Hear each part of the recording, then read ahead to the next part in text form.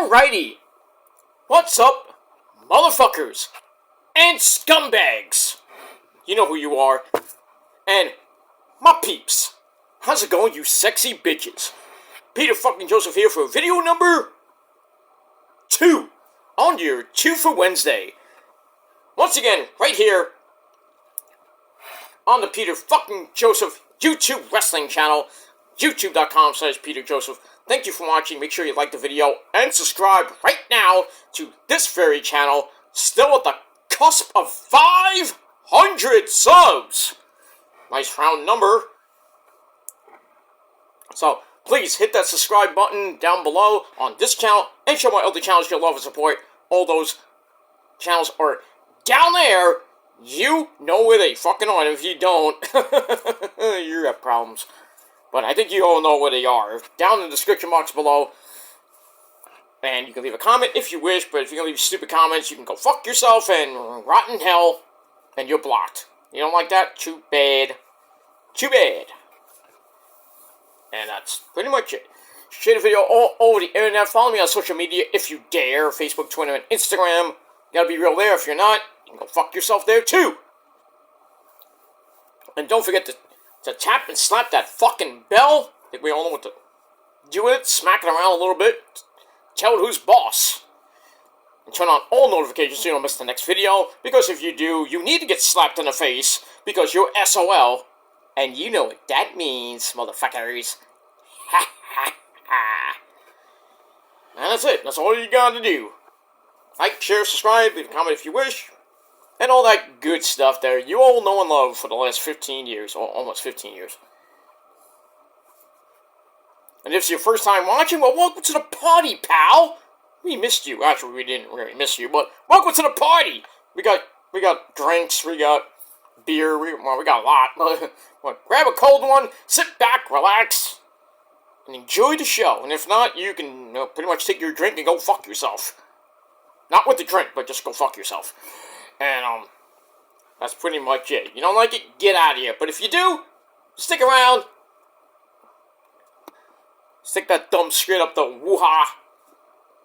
And enjoy. And if you want more, hit that bell. And please, subscribe.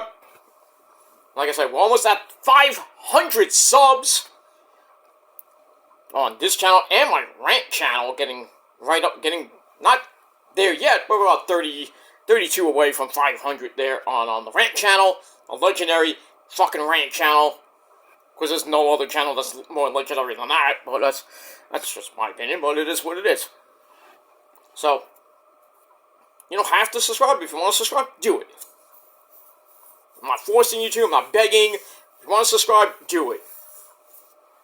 Whether you be an actual real person that likes wrestling or whatever else in the world, politics, movies, music, sex, whatever you want, I talk about it. So if you want to hear that, then subscribe to my channels. And if not, then you can subscribe to our troll channel and make it more dead than it already is. But it is what it is. You want to go on somebody else's account, then do that. It's your prerogative. I don't give a shit. But that's all I gotta say about that. And we move on with that. But if it's your first time watching, well, like I said, welcome to the party, pal. Sit back, relax, and enjoy. And if not, well, you need to get a package pal driver like my good buddy Kevin Steen will give you. Or myself, too, but, you know. It is what it is. Package pal driver and a Gilmore cutter for your troubles. And if it's your birthday, well, I'll give you a good birthday present. Unless you're a chick. Then I'll give you a real good birthday present, if you know what I mean. But I digress on that. I mean, Valentine's Day is coming. I mean, I got a lot to give. So, especially to the missus. But I digress on that. We move on. Alright, ladies and gentlemen. It's Wednesday night. Well, late Wednesday night. And you know what that means. Video number 2 on your Wednesday night. January the 31st, 2024. Or if you're watching this from another time zone, it might be still January 31st, 2024. But if you're on the other side of the world, or in Japan, as always, #1 forever. It is now the first day of February. February the 1st, 2024. Well, we got 4 weeks of February, so we're going to get through this month pretty damn quick. And we got that extra day, don't forget, we got leap year this year. So, 29 days away from Friday. Well, actually 28 days away from tomorrow, which is Thursday. Basically, 4 weeks from today, we'll be done with this fucking month. Crazy, ain't it? Instead of 30 or 31, got 29. So, next month, in March, we got 31, and Easter falls on the final day of March. And then we got April, with those crappy April Fool's Day, which should be abolished. Nobody cares about that day anyway. Nobody cares, because, people do their April Fool's jokes and they backfire. But I digress on that. But it is what it is. I could care less for that holiday. It's just another day to me, but for other people, it's just a national holiday. But we got that. WrestleMania's coming around the corner in about 60 some odd days. It's about 2 months away from WrestleMania. Cody versus Seth. I hope. But looking more and more like Roman Cody 2. And Cody will not finish his story again. Mark it down. He will not finish the story. Whatever anybody says. Whether it be Roman versus Cody and The Rock is the special ref. Or, maybe Twain will cut a deal with the WWE and get beat by the Tribal Chief, and Cody, fuck you. Go finish your story with Seth. Much easier. And lose. Again. Seth's got nothing to worry about. He's got all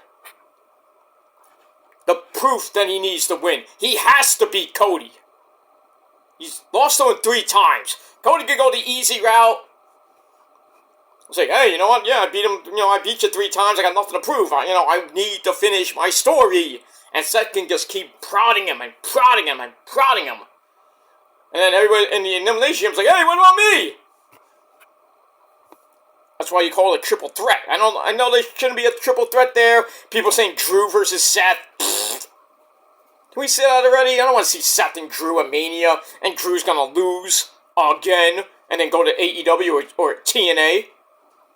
Because his contract's coming up right after Mania. So it'll make no sense for Drew to beat Seth on one leg. That's basically on one leg, unless he's gonna be he's rehabbing now. So hopefully by the time WrestleMania comes, he'll be pretty close to 100%. And now Cody's gonna be on SmackDown this Friday with Roman. Oh.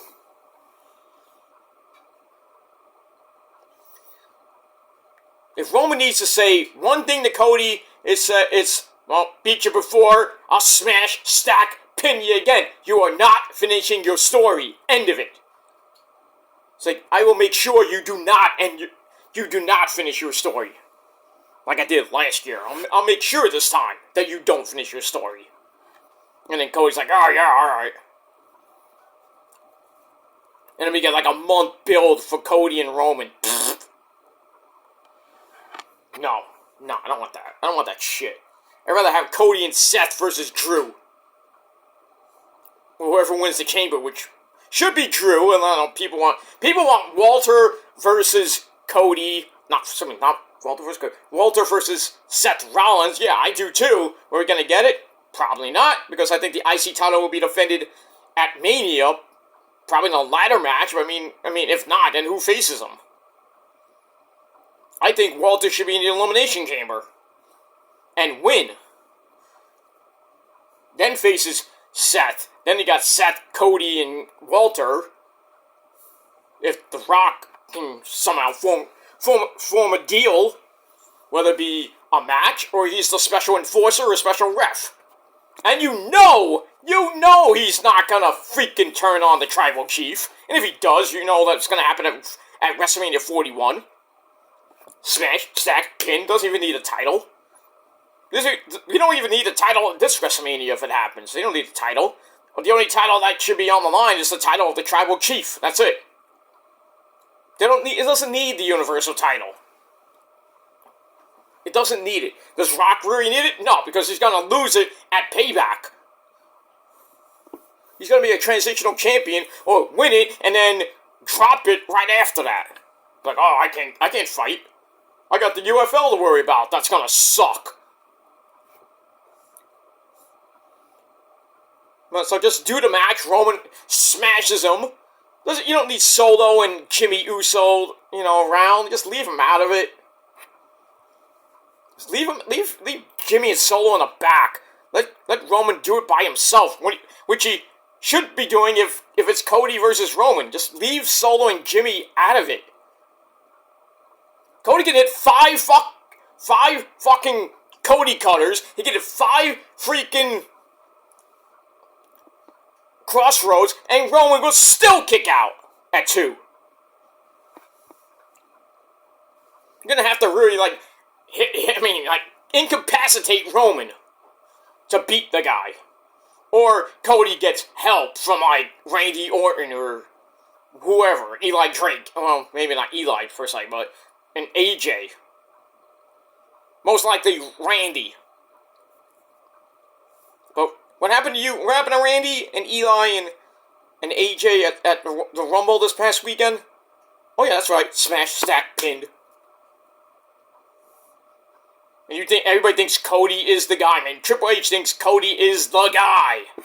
The face of the company. No, it will and will always be Roman Reigns. Cody ain't gonna be a champ for long. I'll tell you that right now. He's not gonna be a champ for a long time. He's probably gonna be like a 3 to 6 month champ at most. Then he loses it to somebody on SmackDown, which will probably be like Solo or maybe Randy. Maybe Randy gets number 15 by the end of the year. If Roman loses, which he won't. Well, I'm just saying, hypothetically, if Cody did win, Randy will probably be the next in line. Randy beats Cody. Randy goes on his next reign as champ, 15-time champion. Randy will probably lose it to, who knows, and then maybe by next year, or maybe by Mania, or by sometime late next year, Roman will get it back, going on another 6,000-day reign. I mean, it's gonna end, I know it's gonna end. I know people are like, it's gonna end! I know it's gonna end. You know when it's gonna end? Next year. But we said that 4 years ago, right? But I think it's really gonna happen next year. And to who? Not Cody. Not Randy. I still think Braun Breaker or Walter might be the guy, but it should not be Cody. I don't give a shit what Triple H says. I don't care what anybody says. Cody ain't winning. And if he does, who fucking cares? He's gonna be a 2 to 6 month champ. I don't think he's gonna hold it through the rest of this year.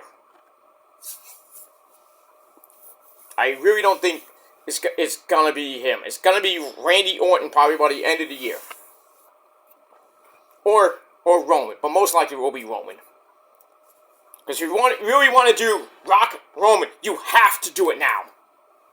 I don't want Rock to come out or be a special guest enforcer and screw Roman, and then they do Rock Roman 1 year build all the way to WrestleMania 41.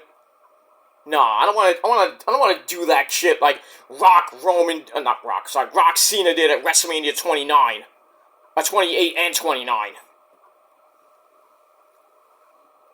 That 1 year build. I mean, it was good at the time. Now it's like, why would you do it again with Rock and Roman? If Cody really wants to finish the story, then I would finish it at SummerSlam. Or Night of Champions. Or Cody wins Money in the Bank. Then he cashes in on a defenseless Roman. But then again, maybe Cody can lose 3 times 3 times to the Tribal Chief. He should. They should do a trilogy. Have Cody loses last year because of Solo. Pretty much. He loses this year because of The Rock. Think about it. Listen to what I have to say. He loses because of The Rock. right? Then, if you want to really do Cody getting revenge on The Rock, have The Rock be in Saudi Arabia. Or at SummerSlam, or Bash in Berlin. Cody versus The Rock. Maybe do a triple threat with Roman in it. I wouldn't do that, but you're just saying. I'm just saying. But don't have Rock be the... I wouldn't even have Rock be the special guest enforcer for Roman and Cody. I wouldn't even have him come out. And then Roman gets all mad at the fucking Rock. Rock hits the Rock bottom, and then Cody hits the Cody cutter into the crossroads. Roman's like gone, and everybody's like, "Yep, he's gonna win." I'm like, I returned the free pay-per-view off. I'm like, "Yep, he won. Big deal." I'm like, "Big deal." And I'll just come on video. I'm like, so Roman's streak ends because of that. Do I care? No. I just go, "Fuck you, Cody." That's it. Done. End of video. Everybody's going, "Oh, you're mad. You're mad." I'm like, nah, I'm going to be mad. I know it's going to end.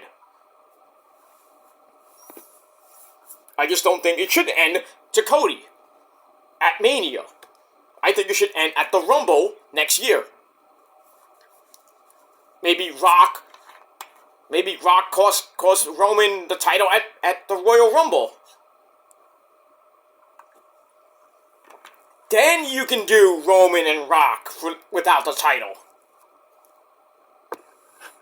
But if they want to do it so bad, it's money right now. It is money. But does it need the title? No.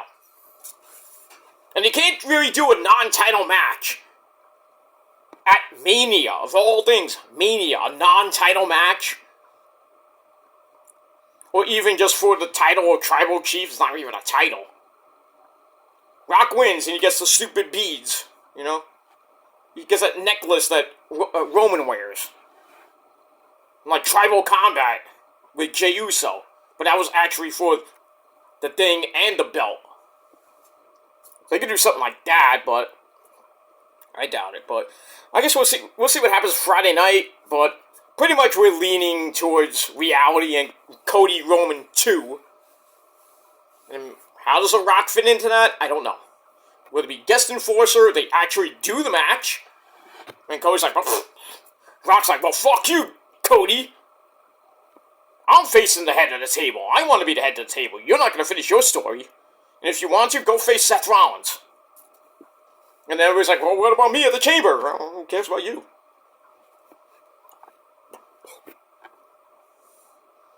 I mean,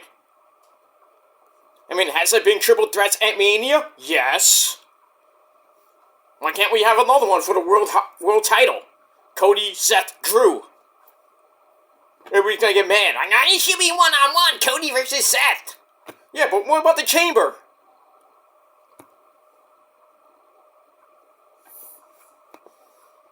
Or maybe what you could do is a WrestleMania 30. Remember when Daniel Bryan had to beat Triple H to get into the main event with Batista and Randy Orton? How about do that? How about you do that? Have Cody versus Seth early in the card. Or maybe what you could do is you could do Cody and Drew to start the pay-per-view. The winner of that faces Seth Rollins in the main event of night 1. Or you can reverse it and have Cody versus Seth early, which they shouldn't really do.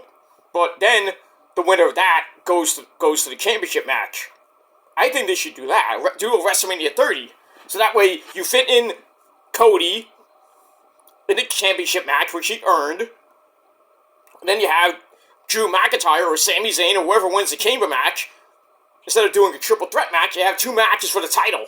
Or 1 match for the title instead of a triple threat. You know what I'm talking about. Have Drew face Seth early. Seth can be decimated by the time he faces Cody.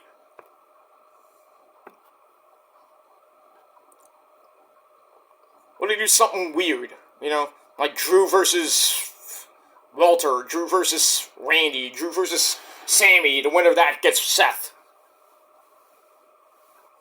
goes to face Seth. I don't know how it's gonna work. I'm just acting weird, but I'm just thinking like the Macho Man, yeah. But that's what I would do, something along those lines. A WrestleMania 30 type show on night 1, where Drew will face Cody. The winner of that faces Seth in the main event. Seth has basically all night to prepare. And, use him early on, so if he wins the first match, goes into the second match like at 50%, of course with his leg, and still beats Cody on one fucking leg.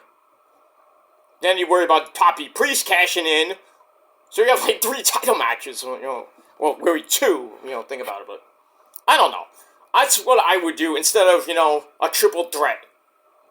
But I don't know what Hunter's going to do. I mean, Punk's injury really threw WrestleMania and the world title into a big, humongous flux right now. And who knows if Cody's going to even pick Roman. Obviously he will, but who knows? He might change his mind. I mean, Seth basically gave him a good sales pitch. But, Cody's like, I beat you 3 times before. I mean, what do I have to prove? And Seth's like, well, I gotta prove that I am the best. I am the workhorse champion. And that I can beat you. And Cody's like, well, okay, you want that so bad? Prove it to me. And everybody's like, oh, Cody's gonna beat him for the 4th time. Nope. No, Seth is gonna beat him. He's gonna wipe the floor with Cody. Cody's still gonna get mad. He's like, I haven't finished my story. What is the only 2 other options you can do? Win Money in the Bank, cash in on Seth, or cash in on Roman at SummerSlam. Or whatever. But you are not finishing the story against Roman. I know it fits the story like, oh, 2 years in a row we're gonna get this? Pretty much. Pretty much the way I think it's gonna end. Night 2 is gonna end with Roman holding the title above his head, the fireworks going all around that stupid shit stadium in Philadelphia. And then we'll all be doing this. Again. And I will once again go, acknowledge us! But if I'm wrong, I'm wrong. I'm not going to say anything. If Roman loses, I'm not going to be mad. He had a great run. He should have beat Hogan's record. At least make a run for Bruno's record. I mean, Bob Backlund's way down the line. I don't think he's going to get the Bob Backlund territory, but I think he should break Hogan's record. Then, because it ends in September. It starts in September, the 4-year reign. He'll be 4 years in September. So, have him go all through September, and then if you really want him to lose, have him lose at either Survivor Series or he lose at the Royal Rumble 2025. Because I don't know if he's going to hold it through Mania next year. Whether that may be London or Minneapolis or Vegas. I think it should be in Vegas. Then you do Roman Rock. That's money right there. Put it in Vegas where everything happens in Vegas. But I still believe in my heart that, my gut, that Roman is going to beat Cody again. But we will see in about 60 some odd days whatever Cody does on Friday in the next 60 days, basically, till night 2 of Mania. But I think Cody will make that pitch to Roman. Roman will get all mad. And then, you know how Solo and Jimmy are, like, well, we'll save your tribal chief. And then have it backfire. Or maybe the Wise Man tries something at Mania and it backfires. And then Roman, on SmackDown after Mania, gets all mad. He's like, I want my belt back! Maybe he faces Cody on SmackDown after Mania, gets the belt back. I'm like, oh, he lost the belt, like 1,300 days, gone. Oh, let's start a new streak. On SmackDown, let's go from SmackDown, April the, whatever that date is, April the 8th, whatever it may be, from April 8th to next April. Another year-long reign. Then everybody was like, oh, shouldn't have lost the belt in the first place.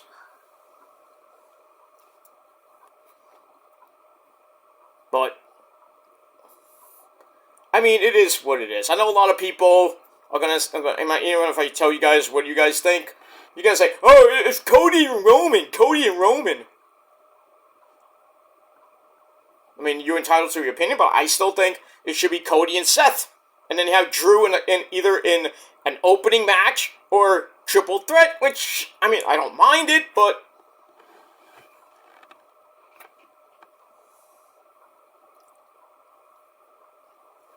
we'll see what happens. I know, Sammy's going to be in the chamber. That's a definite. Drew's going to be in the chamber. That's a definite. Jey Uso, maybe. Walter, maybe. You really pretty much have 3 guys in the chamber right now. Drew, Sammy, and, what else I say? And maybe Jey Uso. Then you have to have, I guess, 3 guys from SmackDown. So you can have AJ, Eli Drake, and Randy. Because Randy wants a belt, so Randy can qualify. Eli can qualify. Even I think Eli's going to face Logan Paul. But I think it's going to be Drew, Sammy, Jey Uso against Jimmy Uso. Because they're gonna tease that brother versus brother match at Mania. You have Jimmy, AJ, and Randy on the SmackDown side, and that's the chamber match. Who wins? Drew McIntyre. And then it was like, oh, Drew versus Seth again. Day 1 rematch. Boring. Cody versus Seth. It makes more sense. Makes more sense than having another Seth Rollins Drew McIntyre match. Or if Walter's in the chamber, yeah, I would definitely do Walter versus Seth. Either for, and Walter's still the IC champ, or and he wins, gets both belts, or somehow along the way he loses the IC title, but to who? I still think there should be a ladder match for the IC title. But then again, you have to have like 4 or 5 other guys in the match. Sammy would be one of them. Kofi could be another one. Maybe Xavier Woods.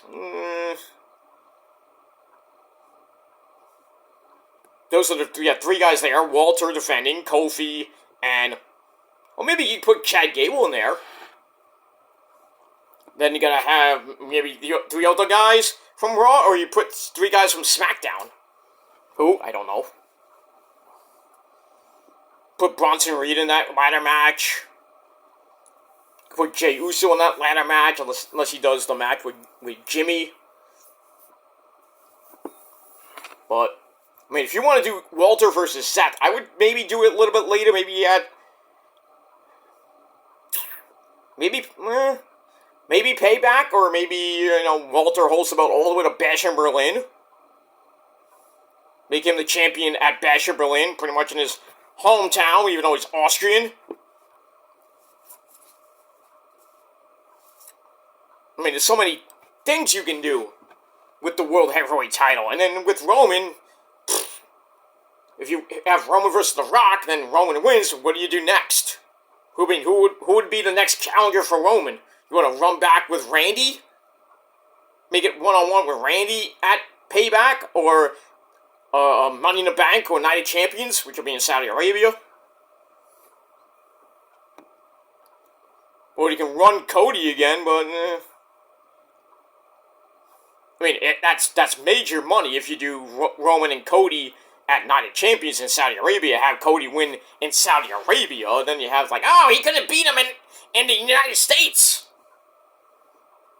He had to do it overseas. He had to win in a dump like Philly. I just think I have pretty much a 90% feeling that Roman is going to beat Cody. Again. And there was always that 10%. I know. I think Cody pretty much has a 10% chance of beating Roman at Mania again. Oh, not again, but he has a 10% chance of beating Roman. Roman's got really nothing to prove to Cody, to be honest with you. He's got nothing to prove. He smashed him once, so let's do it again if he has to. But like I said, I think Roman should beat him clean. He doesn't need Sam soloing Jimmy or the Wise Man. He don't need him. Roman can beat Cody on his own. Can Cody beat Roman on his own? Pretty much he can. Will he? No. Will he use help? That's not up to me to decide. That's probably up to Triple H, and probably up to Roman, Paul Heyman. But if Triple H thinks that Cody is the guy, then he's probably going to have Cody win at Mania. Should he? No. And I don't think he will. Alright, not about Cody and Roman and whatever, because I'm getting upset just thinking about Cody right now. And Roman's just smash him on Friday night. But, I mean, we'll see what happens with that. I mean, we got Friday night, we got Monday Night Raw this Monday from St. Louis. Because we're gonna be 3 weeks away from the Chamber anyway. Yeah, pretty much under 3 weeks, because February 24th is the Chamber. It's on Saturday, which is really Sunday here, Sunday morning. Really is Sunday morning. No, wait. No, it's February 24th at 5:30 in the morning here in New York City. 6:30 in Puerto Rico, and 2:30 in the morning on the West Coast. Crazy. Crazy. You're staying up late in the West Coast, and on the East Coast you're just getting up and having some coffee, watching the Elimination Chamber. Will I watch it? I might, but if I do, I have to go to bed like right after Rampage. Take a power nap, get up about 5:15, and then watch the Chamber.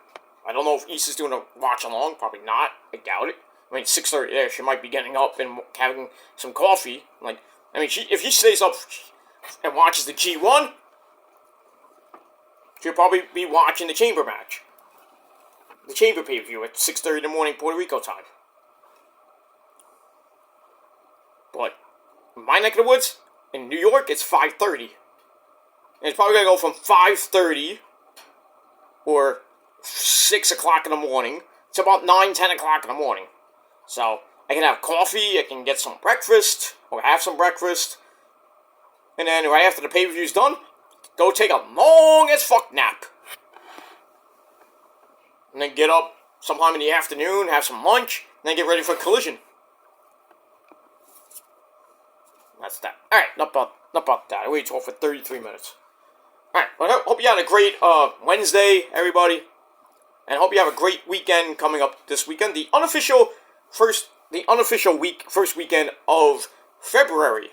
We're at February right now, my friends. February 1st, 2024. You're watching this video on the Peter Joseph channel. I'm Peter Joseph, but you knew that already.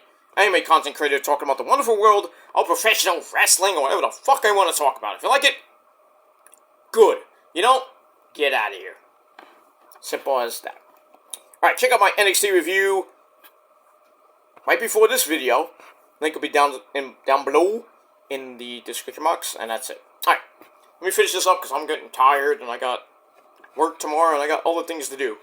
Actually, I don't have work tomorrow. I got a doctor appointment. I had work today, and I was tired as fuck. But yeah, pretty much tomorrow I'm off. I gotta work Friday. Gotta work a little bit on Saturday. Because I have to go into the studio on Saturday, which sucks. But it's only for like 3 hours and I'm done. Then I'm off Sunday.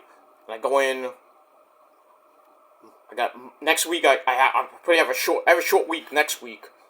Because I got meetings next week. I gotta take the wrestling cat to the vet. I gotta go for an X-ray on my back. Maybe an MRI. I don't know. I'm gonna see if I can get an MRI, but because it shows a little bit more than the X-ray would show. Because my back is shattered, not because of heavy lifting with the misses, but it's just my back. I'm old. I'm 47 years old, and the wear and tear from everything, previous jobs I've had, besides my music job, which is my first job, but I had 2 jobs at once, it was a pain in the ass, but the wear and tear of retail jobs I had was caught up to me. I can't carry anymore, and snow shoveling as well, So I don't really know what's up with my back. And like every freaking day, my back is in tremendous pain. Tremendous pain. Can I get through a job? Get through work? Yeah. Yeah, I can, but it's just, excruciating pain. And I have to get my way through work. But fortunately I don't work like long hours. So I work like 5, 6, maybe 7, sometimes 7 hours a day. Sometimes 7, but rarely I work 7 unless I'm at a gig or something like that. Which will be coming up pretty much in the next few months. I'll be going to gigs again, but working the soundboard, working the audio, well, that's audio, working the soundboard, doing, video, putting it up on my Metal God channel. Be coming away probably by the summertime, but that's another story for another time. But yeah, I can get through it, but it's just pain in the ass every day that I have to get up and my legs are hurting. I think I have osteoarthritis, or I'm starting to get that arthritis or some type of arthritis. It's just a struggle to get through the day, and then I come home, I take a nice warm shower. It kind of alleviates the pain a little bit. Then I'm okay for a little while, but then right near the end of the night, I'm like, I have to take another freaking painkiller, which I don't really want to take at least 2 painkillers a day. I'd rather just take 1 painkiller and then, or an ibuprofen, or Aleve, or whatever. I just don't want to take so much pills, because already my liver's all fucked up as it is. I don't know, and it's probably not from, might be from the medication that I take, might be, from the pills that I'm doing with the painkillers and everything. Probably from the shit I drink and eat. I'm trying to get on my fiber diet. I bought Raisin Bran today, so I'm gonna start put some fiber in my diet. It's bran, but it's fiber. Might get some, I don't know if they sell it, but I think they have fiber pills. Get some supplements. I already got the milk thistle, for my liver. So it's a supplement. I take it pretty much once a day. So I want to kind of get my liver enzyme count down a little bit when I have to go for another blood test, which will probably be in another month or 2. I have to see my gastroenterologist in a week and a half. This will follow up. I think there's more stuff. I think they're waiting for more results. I think it was a pathology result, some type of result I was waiting for, and they have it. And I have to go have a follow-up chat with the gastroenterologist to see where we go from here. But at least I don't have to get another colonoscopy for 4 years. It's really 3. The doctor said 3 years, but it's 4. Because I looked on my chart and it said 4 years. January 2028, I have to get another colonoscopy. So I have to go through that shit again. Literally. Not fun. It's not fun. But if you're in your 40s, you have to get it. Because you don't want to get colon cancer so young. But I got it. I had to go through it. I hated it. But I got through it. Even if they found a little bitty polyp. And I got a little bit of diverticulosis in my large intestine. It could have been a lot worse. It could have turned into diverticulitis, and that's not fun. I mean, if you know what I'm talking about, Kenny Omega. My mom had diverticulitis, but not as bad as Kenny's, or Brock Lesnar's, but it is what it is, and that's that. Alright, enough stories, let's get to wrestling. Alright, so, like I said, check out my NXT review video before this, and that's that. But right now, after 40 minutes of gobbledygook bullshit talking, it is time for your late night AEW Dynamite! Yes! Review! For January the 31st, 2024. Alright. So Dynamite in AEW, we're still rolling on till Revolution, which is about over 4 weeks away. About a month away from now. March the 3rd, 2024, from the Greensboro Coliseum in Greensboro, South Carolina, will be Sting's final match, as he teams with Darby Allin, how you doing, I come from Seattle, against the Corporate Bucks, Matthew and Nicholas. Could be for the AEW Tag Team belts. We'll see. We shall see. Sting could retire as a Tag Team Champion. Not the first time that he's been a Tag Team Champion. But we'll see what happens as we're rolling along with that. Alright, so pretty much the big story of this show was Hangman Adam Page about to do some cowboy shit and Swerve Strickland in the Dealer's Choice match. Hangman is going to be taking on Toa Leona of the Mogul Embassy. And Swerve is going to take on Rob Van Dam. You suck. That's our main event. And we got a whole lot more on the show. So let's get into it. Let's not waste any more of your time. Alright, so Dynamite emanated from the Uno Lakefront Arena in New Orleans, Louisiana. That's New Orleans, or New Orleans, Louisiana. Cajun country, my friend. Cajun country. Alright, so our commentary team, as always, on Wednesday nights, the man behind the mask, Excalibur, the greatest Met fan I know, from Red Hook Brother, Taz, oh, sorry, Brother, Taz Brother, and my great friend, I know him since the XWF days. He's a great man, a great commentator, should be in the Hall of Fame, and that man is, my friends, you know him, you love him, you can't get enough of him, Tony Baloney Schiavone. Gotta love that man. He's a creepy bastard with Britt Baker, but I digress. But he's a freaking legend in his own mind. But he's my friend, not yours. Just remember that.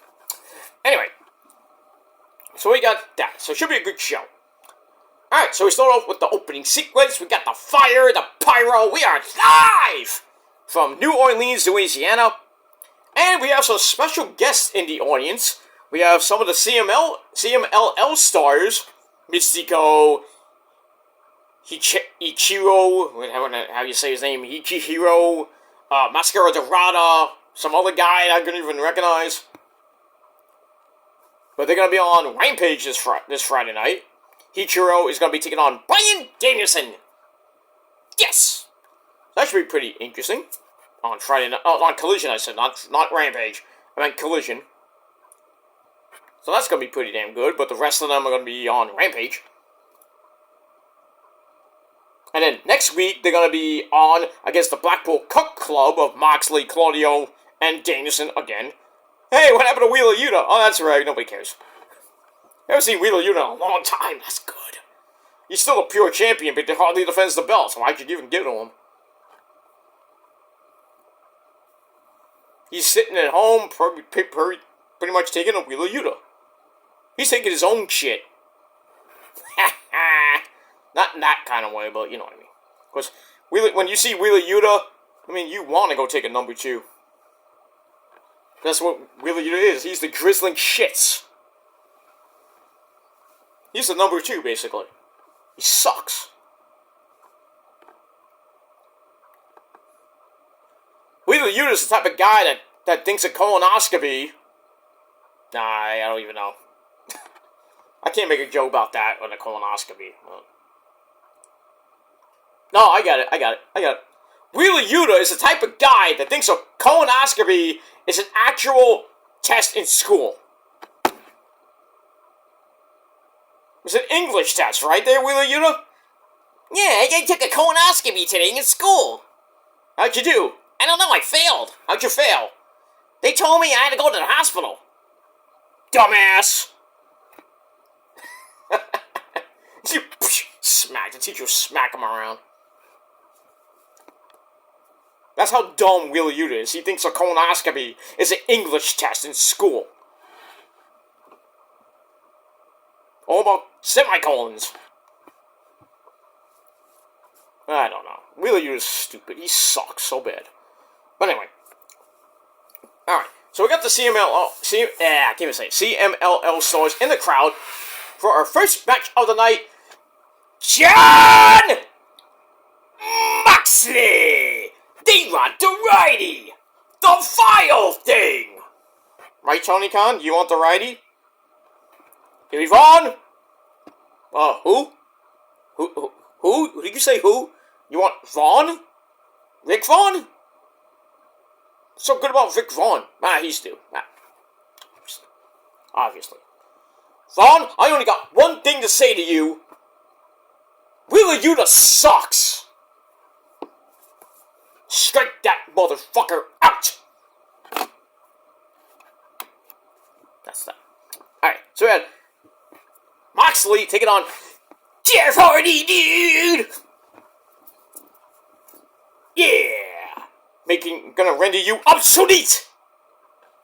So, Matt Hardy, get it! He comes out, says at ringside.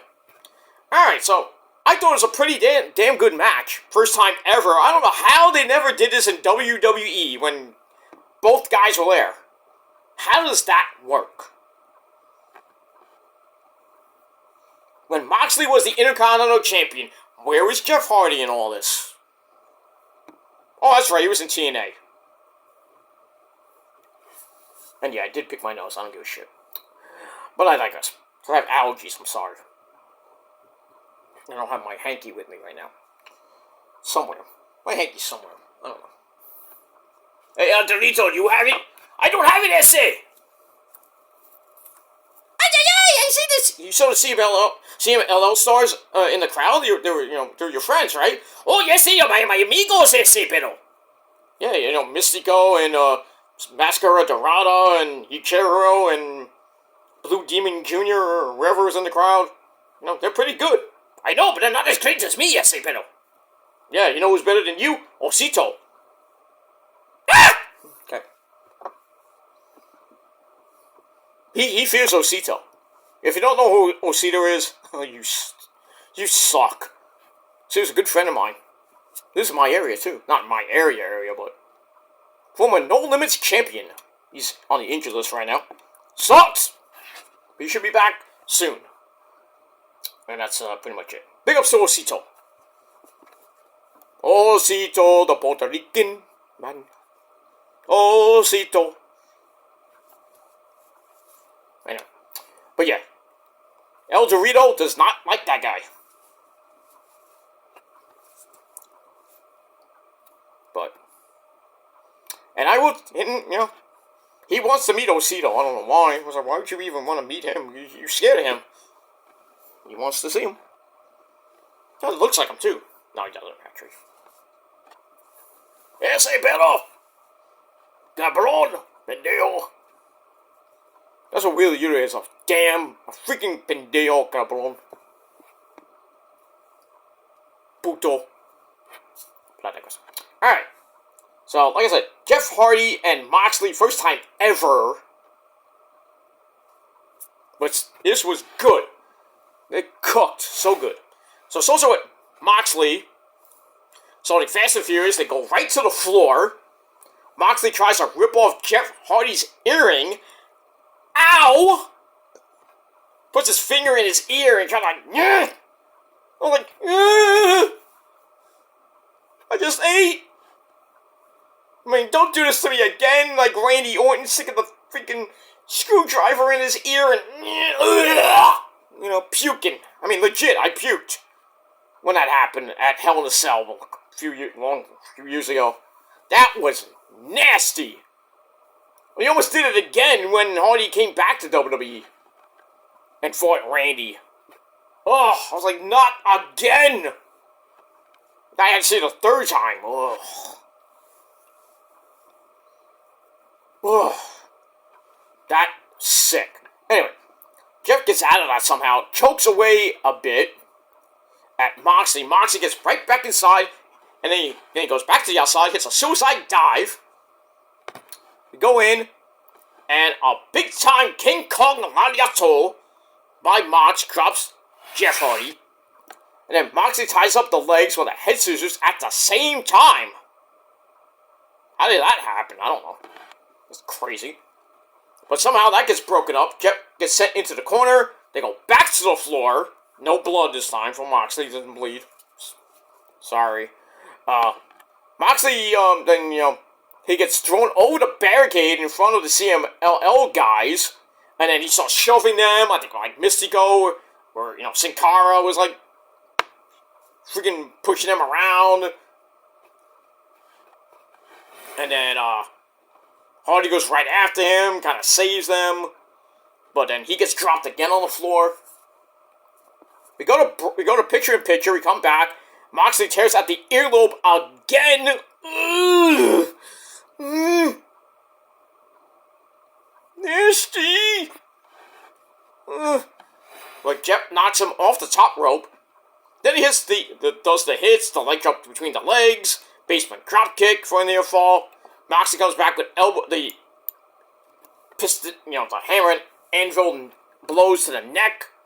They go to the apron and Hardy hits a twist of fate. Ow. Goes for the swanton, a little bit too early for him. Moxley then superplexes him down. Then he grabs the Gilmore Cutter. Bang. And then goes for the cover. Jeff kind of reversed the cover into a cradle for a near fall. Goes up top again for the swanton and missed again. No water in the pool for you, sir. And then Moxley takes him and chokes him out. And basically Paul Turner's like, that's it. He's out. 15-minute match was pretty damn good. 3.5 out of 5 stars. Jon Moxley is your winner. And that's pretty much it.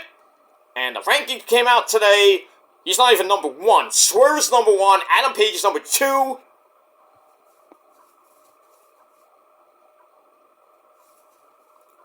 And Moxley, I believe, is number 3. Here's something interesting. The Dark Order of the Beaver Boys, Johnny Hungee and Alex Reynolds. You know, by the way, watch Being the Dark Order on YouTube. Episode number 10 is out now. They were taking care of some puppies. Puppies! Not those kind of puppies, but puppies. So, you know, somber episode this week. On episode number 10 of Being the Dark Order. Good stuff. I'm actually liking it. I'm starting to get into it. Not as much as I got into it with Being the Elite. I was on Being the Elite for like a millisecond, but it still counts. It still counts, my friends. Even if I was in a music video for about 30 seconds, it still counts. Still counts. I don't care what anybody says. It's not in your video. It's in this moment's video. But I'm still in the video, and it counts. 2 million plus hits. And I'm on DVD, too. Twice. So I've been pretty much on everything within this moment, except for, well, pretty much everything. I've done everything in this moment. Been on stage, been in music videos. Wait, a music video. I should say, not music videos, per se. Been in a music video. Been on DVD. twice. I'm gifted. I know. Thank you. Be jealous, because you'll never get that. Hey, Roman passed by me. 5 million views, Peter. Nobody cares. Nobody cares. Have you been on stage with your favorite metal band? No. Have you been on DVD with your favorite metal band? No. Have you met your favorite metal band? Probably you did. Nobody cares. I met him more than you, and I know him longer than you. So, pays to work in music, my friends. It pays. And no, I am not a Make-A-Wish kid. Just in the right place, at the right time, and it's great to know the band. Pays to know the band, too. And work for the band. No, I didn't. I don't work for the band, but I wish I did, but I did work for their record company. Well, they used to be on Roadrunner, but now they're not. Roadrunner's still a thing, by the way. Just want to point that out. Not the same Roadrunner we all know and love, but I'm in a different company now, so I'm not telling you which one it is, because you don't even know it, so. But I do studio work, so I'm good. Making that audio engineer money. Studio work, not audio engineer, because I can't really do that yet. But I do some of the jamming, and I tune the guitars, and good stuff. Audio, not, well, I do the audio soundboard. I can do that. That's easy. The engineering, a little bit more technical for me. I'm still learning, so. And the video, oh my god. I don't really have to edit that much, really. Photography, I'm good. I'm way good in that. I don't even have to use Photoshop that much. A little filter here and there, but not much. And I have directed a music video. Oh, some people forgot about that, didn't they? I have directed a music video for a couple good friends of mine.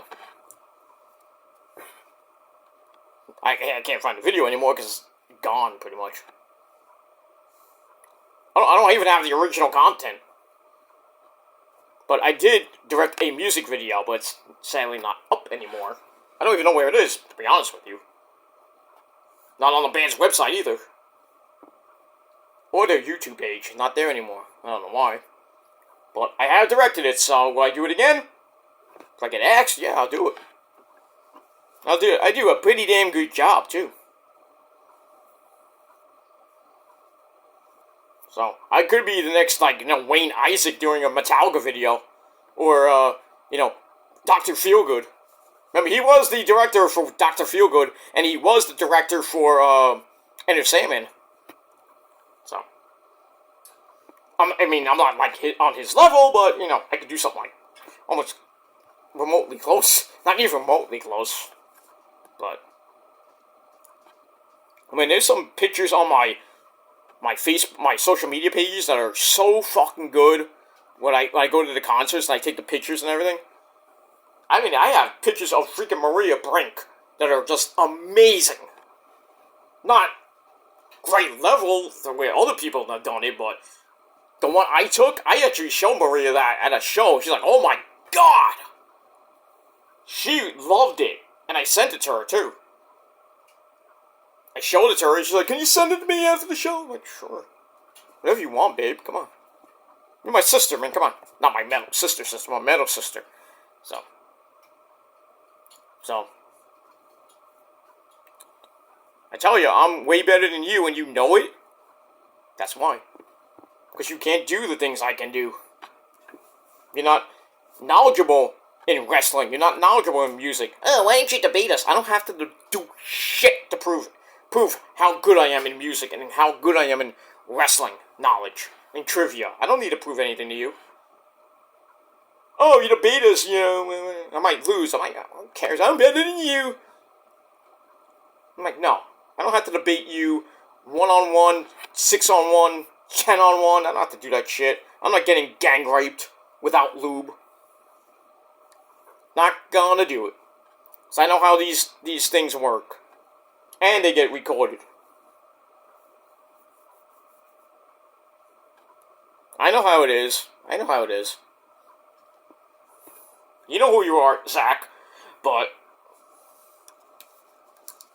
talk to me on Facebook and go in the StreamYard and talking to me about the whole BS last year. I mean, two years ago. Almost 2 years ago. I knew you were recording. I know. I didn't say anything until the end. I was like, I knew you were recording.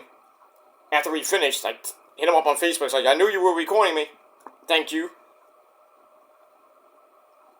And then sent it to Jordan and everybody. I knew. I played the game. I'm not that stupid, you know. But I digress. But who cares about them? Well, most of them, not all of them, but they're good. Some of them are good, still good people, but you know, others are just, you know, pretty much fake. Those two guys are fake. The other ones, wish them well in their success. But those two guys, especially, don't care one single solitary thing about them. Don't care. And one guy says he doesn't hate me. Bullshit! Bullshit there, big boy. Bullshit. If you don't hate me, then why you keep bringing my name up half the time? I don't hate the guy, I just don't want anything to do with him. Yeah, then just leave my name out of it. If you don't want nothing to do with me, just keep my name out of it. Just do your own fucking videos, alright? And live your life. I hope you have great success and you live a good life. I'll live my life, you live your life. That's it. Done. End of story. But like I said, don't come crying to me. If you want to let bygones be bygones after like 5-10 years. Oh, I'm sorry, you know, I got more information. It's like, well, why didn't you come to me first? But now I'm like, you know, maybe 10 years later, I'm like, I don't even give a shit what happened 5-10 years ago. I don't even care about what happened 10 years ago now. For my past. I don't give a shit about my past. Past is the past. Think about the future and think about the here and now. But some of you fuckers online can't even do that. Just thinking about things from 2012, 2015, 2020, 2021, 22, 23. Get over it and get a fucking life, for the love of God! Get over it. You don't like me? That's too bad. I'm still gonna be here doing my thing. You don't like it? Too fucking bad, man. You're not gonna stop me from what I'm doing. You're not gonna stop me from talking about the world of professional wrestling. You don't tell me what to do. I live my own life. You don't tell me how to live my own fucking life. Fuck you. Do I tell you how to live your life? No, but you need to get a life. And stop doing stupid things on the internet. I know people tell me that, but I mean, I don't care what I do on the internet. I don't give a shit. Oh, why don't you just belch? Because I can. My show, not yours. You don't tell me how to run my show. And how to run my life. Fuck you. Like I said, like I keep saying at the end of my show, if you're not down with that, well, fuck you, man. And as Kiera Hogan would say, period. And as Roman would say, you will all acknowledge me. And you have for 14 and a half years. And counting. So keep rotating on my dick. Okay? But pretty soon you need to hop off. I got so much to give. And on that too. But it is what it is. It is what it is. I'm not giving free rides anymore on my cock anymore. To all these faggot ass trolls. You don't like me? I don't give a shit.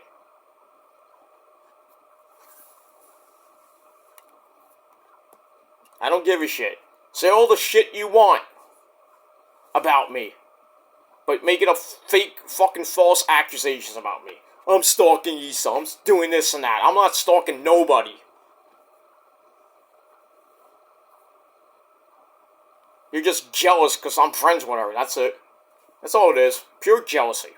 And she don't care about you people, and I don't care about you people. So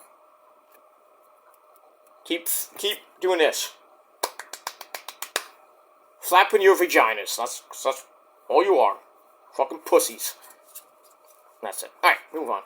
Alright, so back to the match we go after some bullshit. Alright, so Jeff Hardy hits the hits. Well, actually, I already did the match. So Moxley chokes out Mr. Jeff Hardy, dude. Pretty damn good match. 3.5 out of 5 stars. After the match, Moxley gets up, waits for Jeff to get up, wants to show some respect, a little code of honor. Jeff's like, well, fuck you.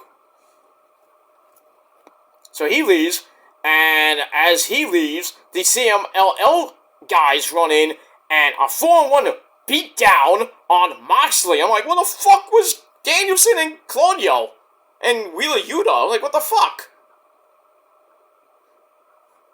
And then 3 security guards come in, and basically they got their asses handed to them by the CMLL guys. I'm like, that's sad. And then, like, freaking Christopher Daniels, Matt Sydal, Angelo Parker, and Daddy Magic Matt Maynard came out. Christopher Daniels had a freaking pipe in his hand. Angelo Parker had, like, looked like a chain in his hand. I think Matt Maynard had a chair, what do you have? I think he had a chair.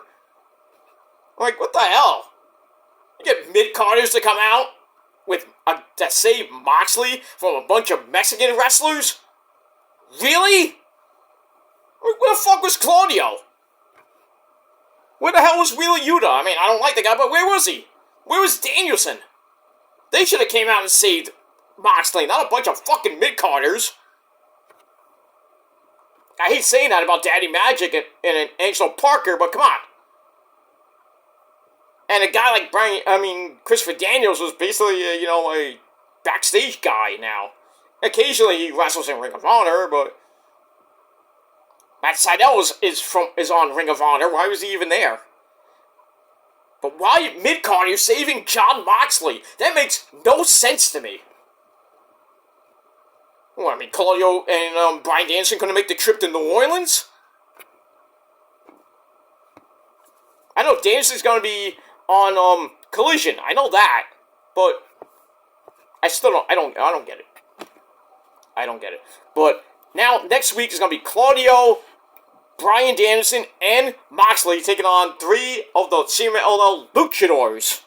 It's a 6-man tag team match in Phoenix. Should be interesting stuff, and that's pretty much it. We move on. So 3.5 out of 5 stars for that. Alright, after that, we go to match number 2 on your scorecard. We got the Hangman. Hangman Adam Page about to do some cowboy shit. And he takes on, well, one half of the Gates of Agony, former 6-man tag team champions from Ring of Honor, along with Bishop Quan, I know not Quan, and the Machine Brian Cage. And that is Toa Leona. Basically came up by himself because my good friend and yours, Prince Nana, the real Prince of the Prophecy and the Purge, he's still selling the injuries from last week, by getting put to that table.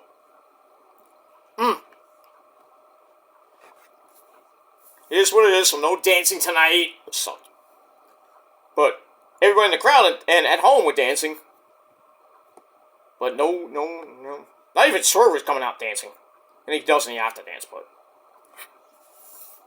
no Nana, which sucks. It is what it is. Alright, so this is Swerve's hand-picked opponent for Adam Page. And the match wasn't bad. Wasn't that bad. Sauce with some right hands. Really don't go anywhere for the Hangman, so Toa Leona knocks him down. Adam Page tries for a sunset flip. It got blocked, but Page hits a sliding basement lariat. Get back up. And Adam Page gets run over again by the big man. Then we get a small package for a near fall by the Hangman. And then Toa gets no bridge, out to the floor. Then some springboard lariatos. Really don't do much. Made the mild Samoan, no pun intended, mad. And then Adam Page is tossed over the top to the floor. Woo! That was nasty crash. And then Toa crushes him with a cross body block off the apron. Ow. Then he knocks the Hangman over the top again to the floor. Oh. As we go to break, come back, and the Hangman is tied in the tree of woo for a running headbutt. But the Hangman comes back, slugs it away with the Samoan, and he takes the advantage, hits a discus forearm, and then he hits a super kick for a near fall. And then it's a running clothesline, stagger the big man, and then a third one turns him 360 inside out. Then he hits the Deadeye, big strength from the Hangman, and he hits it, but Toa Liona just popped right back up and hits a discus lariat. No sold that, because you know how Samoans have no head, you know? You hit him in the head with a headbutt, like, what? Boink! Doink! You know? So, sends him to the floor, and Toa misses a moonsault, but Adam Page gets up and hits one of his own. Go back in the ring, and Toa tries a Samoan drop, but Adam Page reversed it into a crucifix. 1, 2, 3, the Hangman gets the win in about a little over 12 and a half minutes. And that's it. Not a bad match, so I gave it 3.25 out of 5 stars. And that's it. Let me move on. Alright, then we see a long black limousine. Haven't seen one of those in a while. Coming into the arena from earlier in the day. And who should pop out but the corporate Bucks, Matthew and Nicholas Buck. Still looking like outcasts from a Miami Vice reunion. But he's still got great fits from the Men's Warehouse. And as always, that's our sponsor, the Men's Warehouse. You want to look good? You want to get a suit like the Young Bucks? Then go to the Men's Warehouse. Because when you go to the Men's Warehouse, my friends, some of you, you might like the way you look. I can pretty much almost guarantee that, but for me, I can always guarantee that, because I always look good. and I feel good, because when you look good, you feel good. That's a commercial. But you want to really look good? Well, first you need a shave, you need a haircut, because some of you look like fucking walruses. With that whiskers are all going over your face, look like a fucking rat. And you got all your raggedy hair like you haven't washed your hair in about a month. I mean, my hair is pretty damn nice. I take a shower almost all the time, so I always look good. Ask your mom or your girlfriend that, because I always look good for them. They look good for me, so I digress. But if you want to look good, then go to the Men's Warehouse, tell them I sent you, and maybe, like I said, just maybe, you might like the way you look. I can almost guarantee that. The Men's Warehouse. Go there now. Okay, that's that. That's our sponsor. And yes, it is truly my sponsor. But I digress. Yeah, I get 25% off. I wish I got 50, but can't hook a brother up. Come on. And also sponsored by Blue Chew. No, I don't need Blue Chew. I mean, I can get up pretty easy. But for you, some of you guys, you can't. You can't because you got small cocks and small brains. But I digress. And that's it. Alright, so Matt and Nick come in. Oh, sorry, Matthew and Nicholas, don't find me. They come out of the Hummer limousine, and then a stagehand comes in and says, "Oh, Mr. Nick, Matt, Mr. Mr. Bucks, here's your format for tonight." And then they look at him like, "Hey, something's wrong here. It's like, where's the respect for us? You just disrespected me." And then Nick's like, "That's it, $500 fine." Damn, that's sad. And then I think it was Matt says something to the stagehand. It was like, "Shouldn't have disrespected us." Sucks to be you, Mr. Stagehand. You're out $500. You'll probably be making $500. I don't know. So you just wasted your paycheck. Sucks to be you. And that's it. Alright, so I give that 3 out of 5 stars. Alright, then we go back to the ring for our next match. Match number 3 on your scorecard. We have Wardlow, who comes out with the Undisputed Kingdom of the Ring of Honor Tag Team Champions. I'm Matt Taven. If you don't like Matt Taven, you're a Melvin. And his tag team partner, man who punches people in the dick and gives them a power driver, not at the same time, and has a smoking hot ass MILF of a wife, that's Maria Kanellis Bennett, and it's Michael Kanellis Bennett of the Kingdom, and they come up with Roddy! And also the leader, the devil himself, no, not MJF, and that's Adam Cole! Baby! Pretty much it. Cole's been pretty damn busy. I mean, last time he was on Twitch, which I think was Saturday. Right? I was watching him right before the Rumble. And then he was supposed to do one Sunday, never did it. Supposed to do one Monday, never did it, and then didn't really do one today. He's been pretty damn busy. You know, that guy gets around.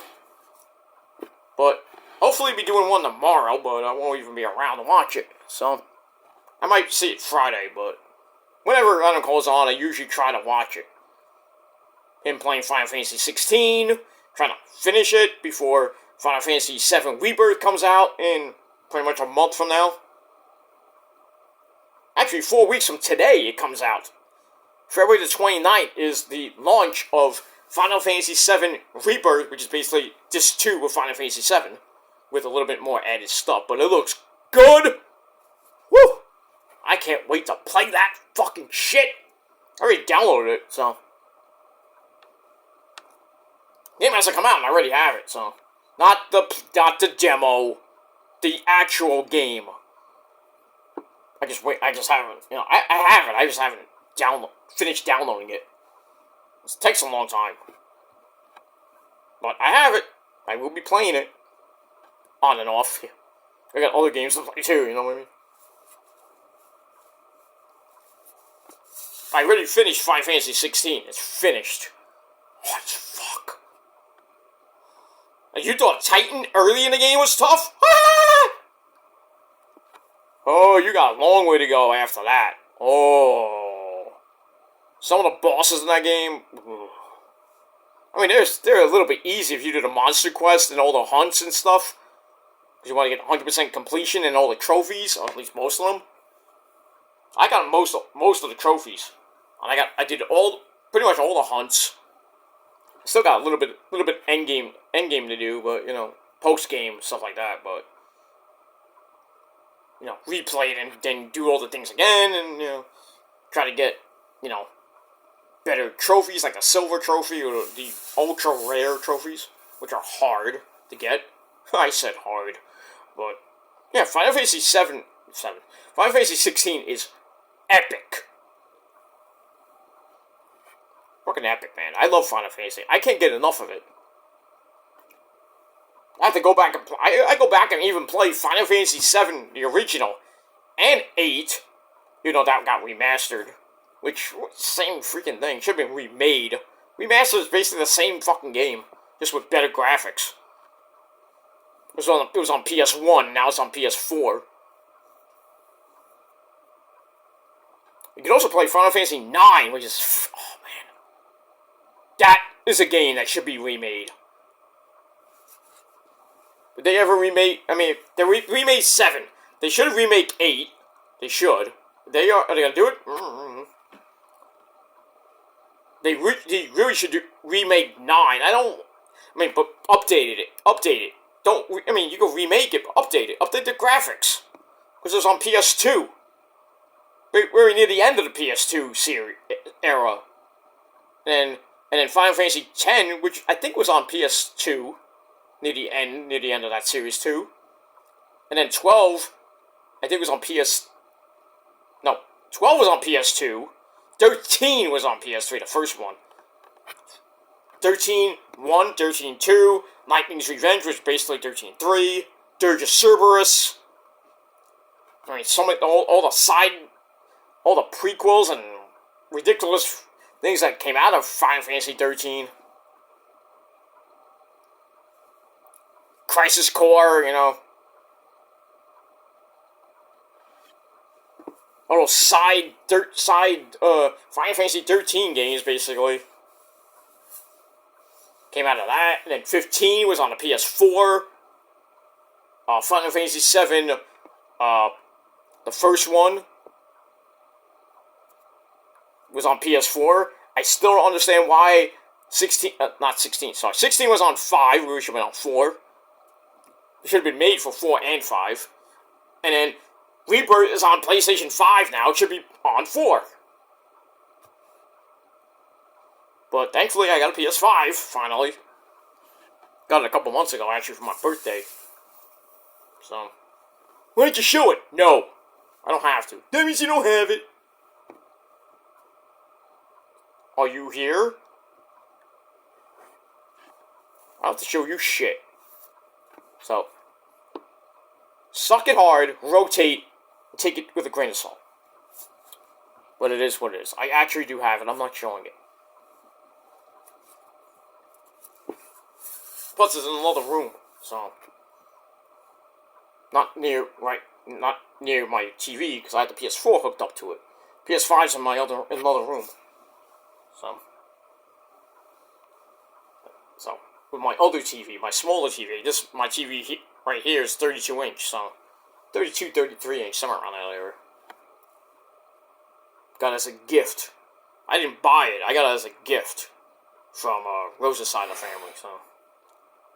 Damn pretty good. Gonna be a bitch when I move out of here.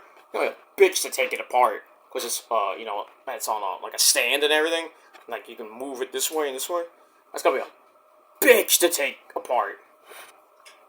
And the freaking set is on. You can see. I don't want to show the TV, but see all that?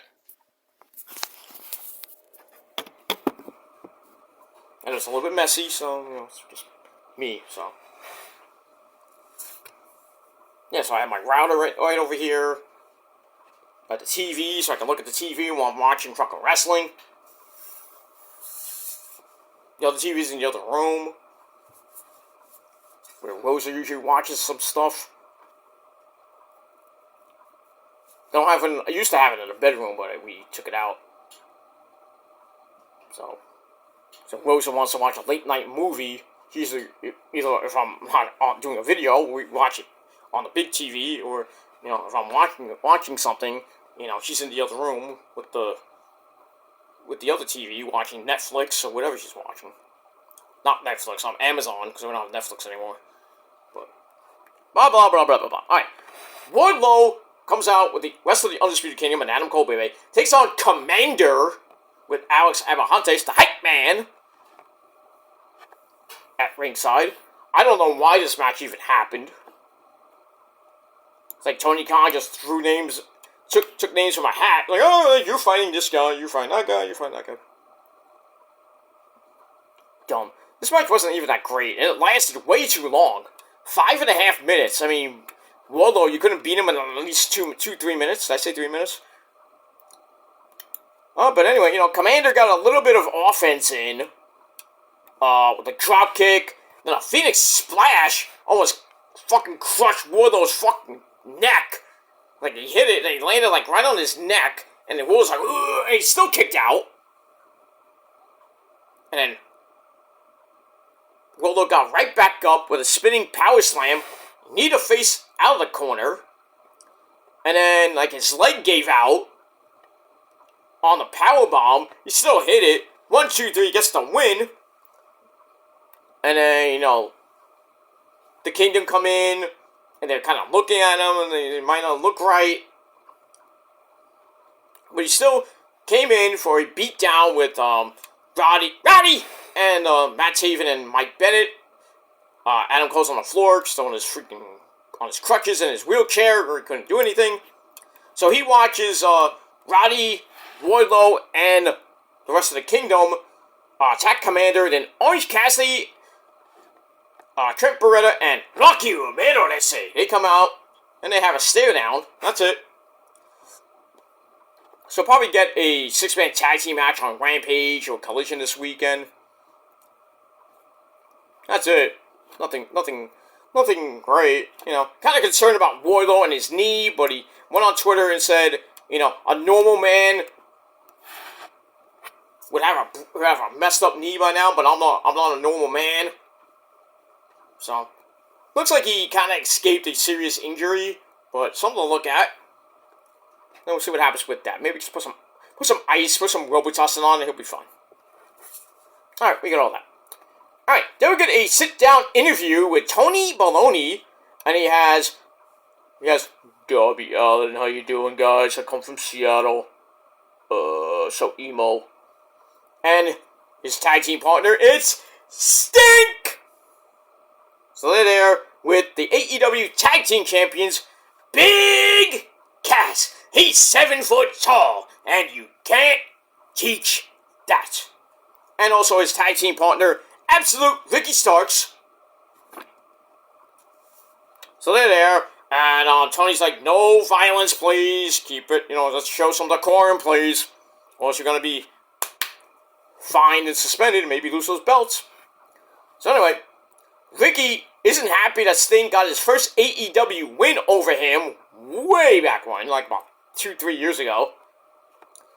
Darby doesn't buy that bullshit. They bleep that.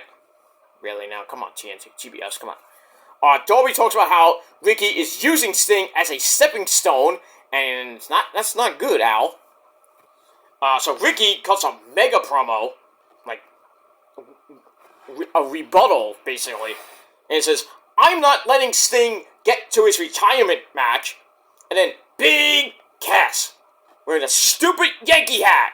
Fuck the Yankees. Oh, sorry, let me say like the great Iron Sheik would say, fuck the Yankees, fuck them in the ass and make them humble. Fuck the Yankees. You want to say Yankee with a Y, we say it with a J. Because that's how he says it. Yankees. Fuck them in the ass. Baba. Okay. So, Big Cass says that's a big bunch of bullshit. And then Sting's isn't overly impressed. And, says some stuff to I think he says some stuff to Ricky, and then Ricky got offended by it, and then gets up, and then Darby gets up, and then Cass gets up, and Sting gets up, and everybody's about to fight, and, poor Giovanni's like, guys, don't violence, please, we agreed to this. And then Sting says, I'll be ready for action next week. So he's gonna be on Dynamite, I guess, probably Big Cass or Ricky, I don't know. And that's pretty much it. They didn't really say who Sting's gonna be fighting next week. So I would think it's gonna be either Ricky Starks or Big Cass. Probably beat him. Well, actually, no, the tag title match is next week. I'm sorry. So we'll see what happens with that. If we get a title change, I think we will get a title change. Sting will be a champion. Darby will be a tag team champion. So 2/3 of the way to the Triple Crown. He has to win the AEW World Title to get the Triple Crown, basically. He is the TNT champion. He was the TNT champion, and then now he's gonna get the tag team belts. And all he has to do is win the World Title. Probably not in a while. So they'll probably get the belts, defend them against the Bucks in Sting's final match. Sting will go out, in a blaze of glory, lose the championships to the Bucks. Bucks will hold it for the 3rd time, probably lose to the Private Party after that. But then again, Private Party are heels, so they have to turn face. So it would make no sense to have heels versus heels. So I think the Bucks will lose to Top Flight. Top Flight getting the belts, crazy. And then Top Flight will then lose to Private Party. And Private Party will probably lose it back to the Bucks, or whoever. I don't know. I think it feels like the AEW tag team belts will probably be a hot potato by the summer. I don't know. Because it feels like the Bucks, every time they won the belts, the last 2 times, they didn't hold it that long. I think the first time they held it long, but the second time, not so long. I digress. Alright, so I give that 3 out of 5 stars. We move on. Alright, back to the arena we go with more action. A little less talk, a lot more action, right here on the show. Alright, so we had the champion, Chris Jericho, the Ocho, the Wizard. He takes on the Ring of Honor TV champion, Kyle Fletcher. Comes out with Don Callis and powerhouse Will Hobbs. Non-title match. Match was okay. It's also with a running Michinoku driver by Fletcher on Jericho. Like, you didn't even see it coming. Like, almost knocked Jericho out with it because it looked like Jericho landed on his neck. And Jericho was coming back from the Jericho cruise, like 50 pounds heavier, because I guess you really were at that buffet there, Jericho, huh? Fat fuck. But I heard it was a good concert, but as always, the Jericho cruise is pretty damn good. Expensive as fuck! Like Shiprocked. I wanted to go on Shiprocked within this moment. The times they were there, it was way too much. Too much for my blood, if you know what I mean. Like, $2,000. And that's with two people. Me and Rosa, I wanted to go. I was like, damn, $2,000? You're fucking nuts. I mean, food's included and everything, but...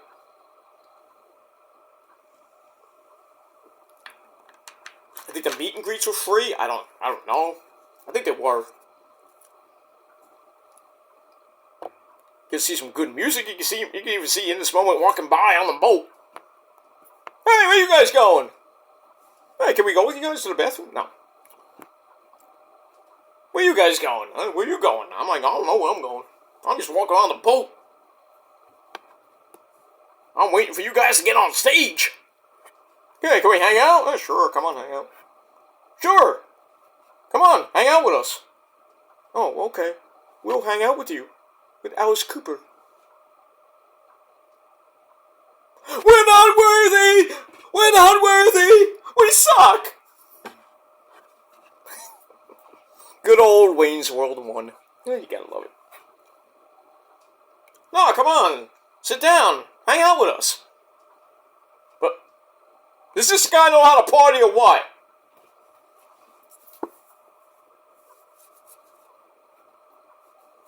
Yeah, I'd love to hang out with Alice Cooper. I met him, but I never hung out with the guy, but... he's a legend. You know what's another legend? Let me cue my super motorhead. We play rock and roll. Rock out with your cock out. Alright. Me and him share the same birthday. Along with Jesus Christ the Lord. It's good. That's why I keep saying December is probably the greatest month in the world, the greatest days in the world, and people that have a birthday in December are great people.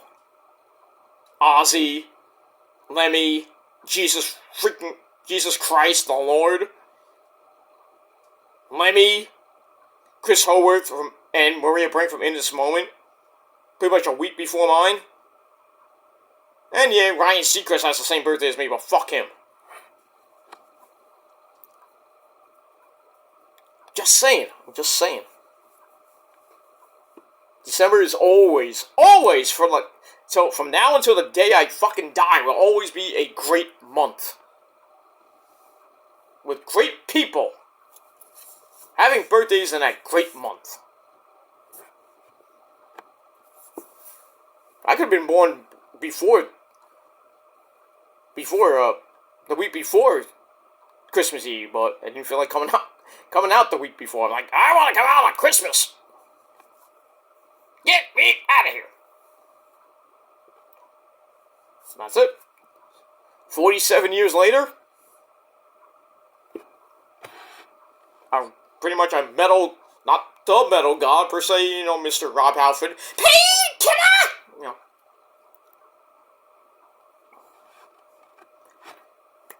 That's the metal god. I mean, Lemmy is too, but, I'm the tribal god.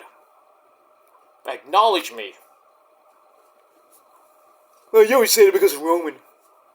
No. It's pretty much a given fact. I'm the Extreme Icon, too.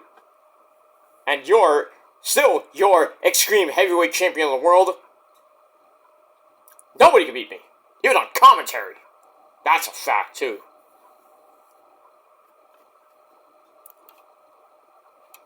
Just saying. Alright, so Kyle Fletcher and Chris Jericho put on a pretty decent match. It wasn't that bad.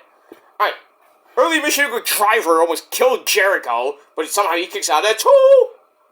And then Jericho sends Fletcher to the apron for the triangle drop kick, sending him to the floor. Go back in.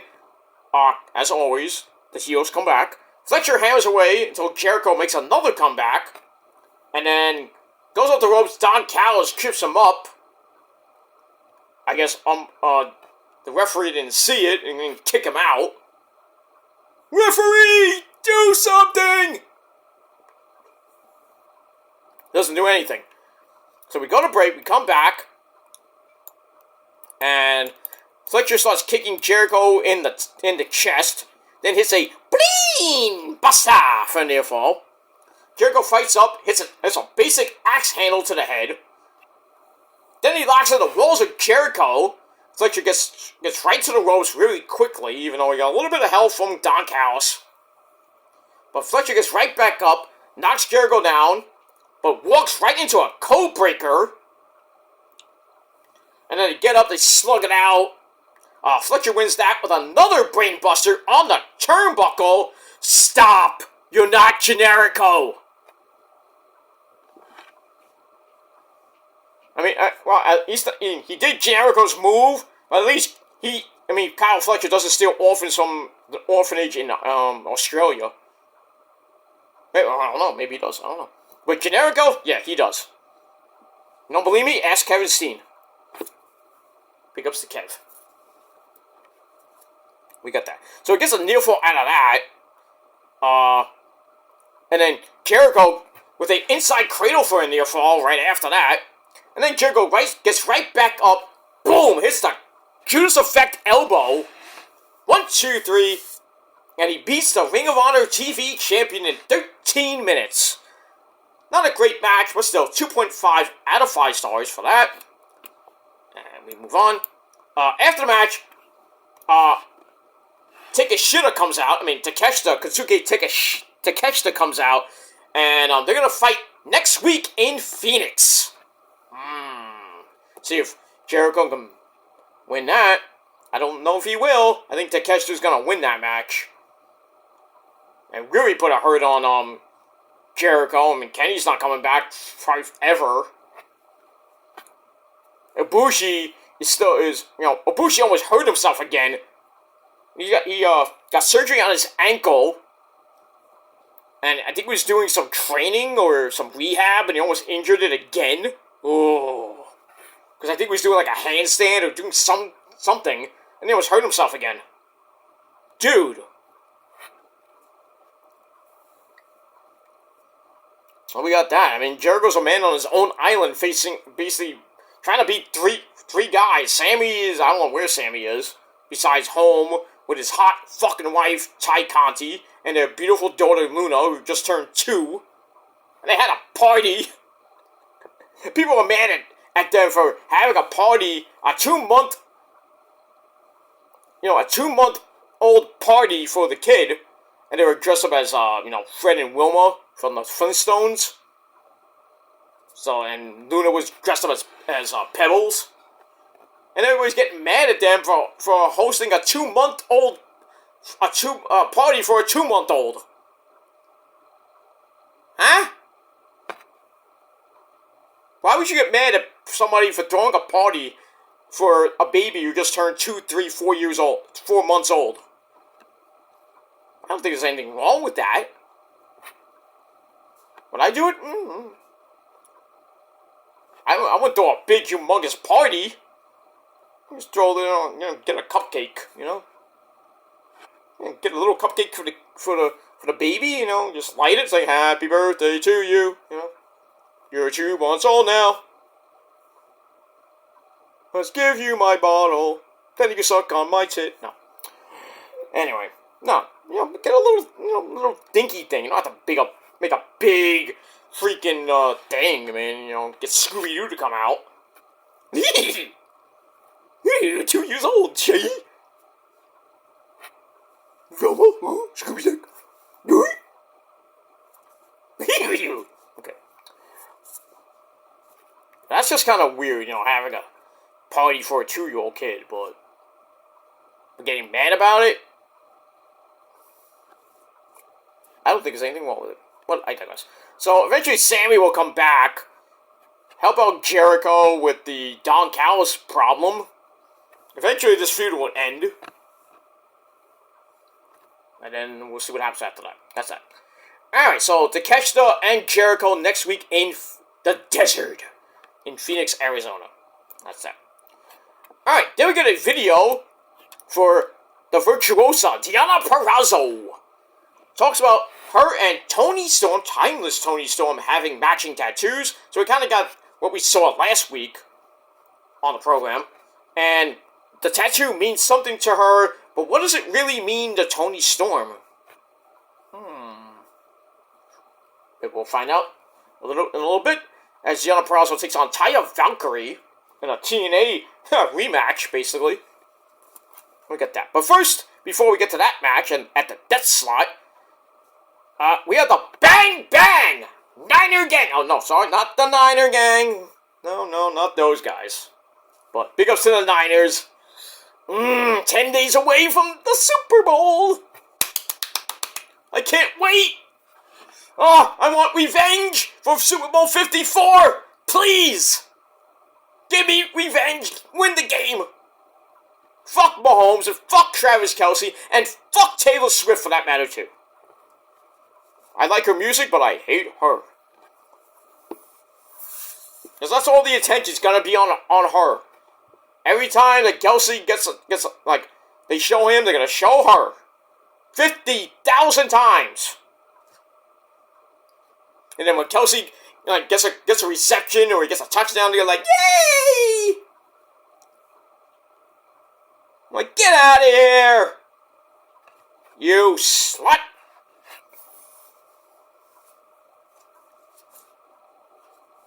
Thank God she's not doing the halftime show. Thank the Lord. It's Usher. And I know Usher's gonna have Little John, yay! And Buddha! Chris. That's gonna be good. That's gonna be a good halftime show. I don't know who else is gonna be with him. Maybe besides Little John and Ludacris. I don't know who else. There's usually always surprises. They're gonna have a big surprise besides Little John and Ludacris. Maybe Alicia Keys will sing "Ma Boo." I don't know. He's collabed with a lot of guys. I don't know who else could be with him, but we'll see. We'll see. I forget who's even doing the national anthem. I think it's Reba McEntire. I think. I don't know, but I don't care. I don't care. I mean, all I care about is the game and a little bit of the halftime show. But really, can we get next year? Can we get a rock act, please? Knowing the NFL and how stupid they are, you know what's gonna be the halftime show next year? Probably Dua Lipa or Megan Thee Stallion, maybe Cardi B. That'd be fun. They'll be singing "Wet Ass Pussy" at the Super Bowl, heavily edited, by the way, and bongos. I heard Megan Thee Stallion got ripped apart by Nicki Minaj. And that Bigfoot diss crack. Woo. I like both of them. God damn there, Nicki Minaj. Calm down. But anyway.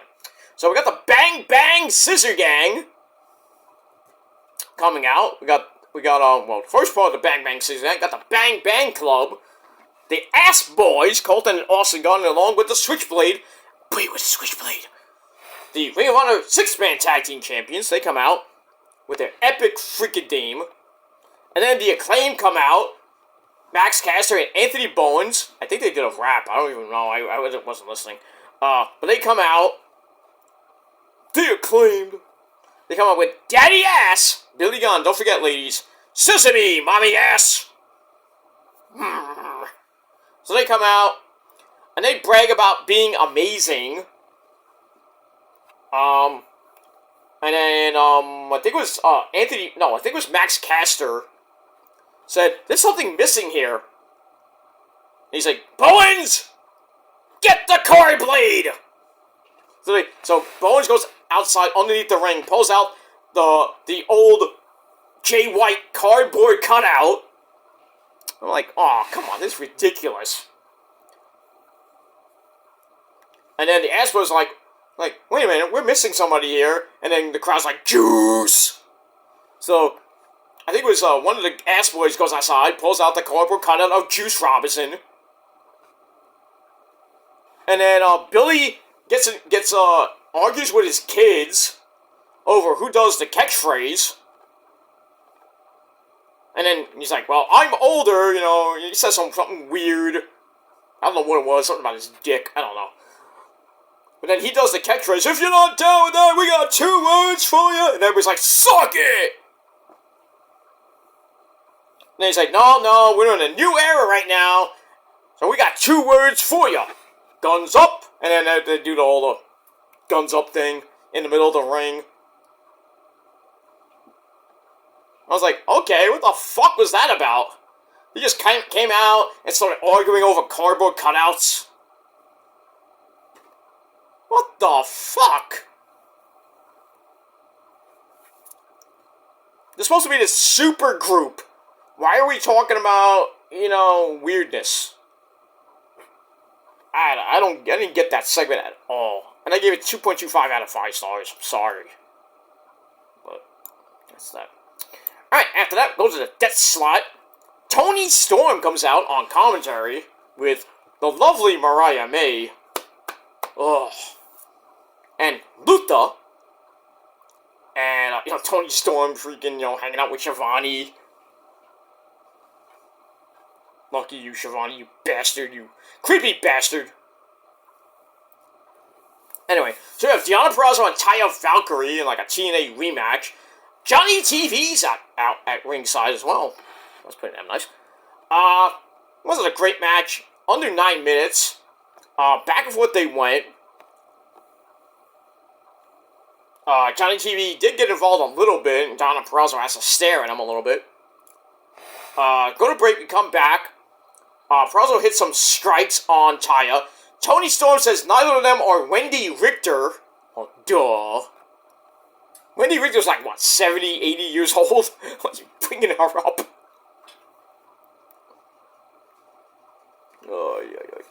Anyway, we got a Blue Thunder Bomb by Taya for a near fall. That nobody gets a pin off that, except for unless you're Mr. Sami Zayn, who got it not once, but twice. So they go to the outside. Tony's ready to fight, but Deonna sends Taya into her.